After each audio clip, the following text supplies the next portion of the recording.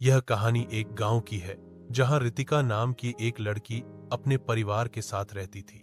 रितिका की उम्र लगभग साल थी। वह पढ़ाई में होशियार और व्यवहार में चुलबुली थी। रितिका के बड़े भाई की एक प्यारी सी बेटी थी जिसका नाम नित्य था। नित्य अभी सिर्फ साल की थी, लेकिन बहुत नटखट और जिद्दी स्वभाव की थी। रितिका और नित्य दोनों का रिश्ता बहुत अनोखा था। दिन भर घर में शोर मचता रहता था, क्योंकि दोनों में अक्सर किसी न किसी बात को लेकर झगड़ा हो जाता था।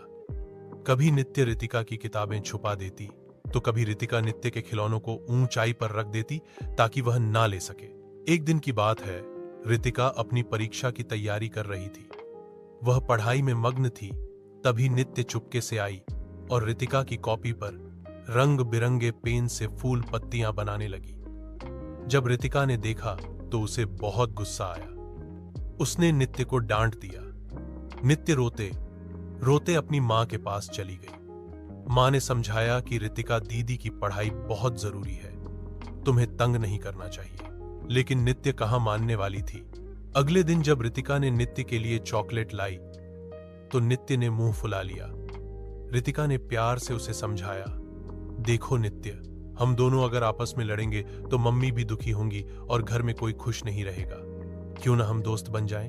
नित्य ने थोड़ी देर सोचा और फिर मुस्कुराते हुए बोली, ठीक है दीदी, लेकिन फिर आप भी मेरी डॉल्स के साथ खेलना होगा।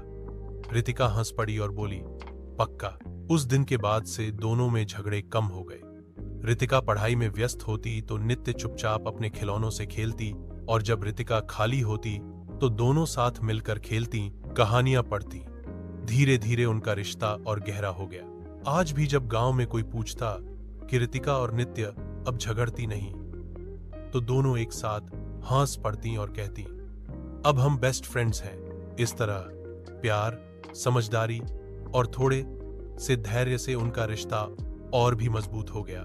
कभी झगड़ने वाली दो बहनें अब एक दूसरे की सबसे अच्छी साथी बन गई थीं।